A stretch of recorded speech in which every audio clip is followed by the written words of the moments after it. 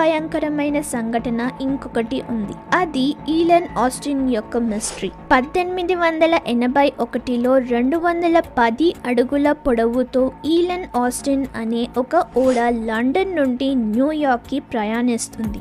దారిలో Elon Austin కి ఒక గుర్తు తెలియని ఓడ బర్ముడా ట్రయాంగిల్ దగ్గర కనిపించింది.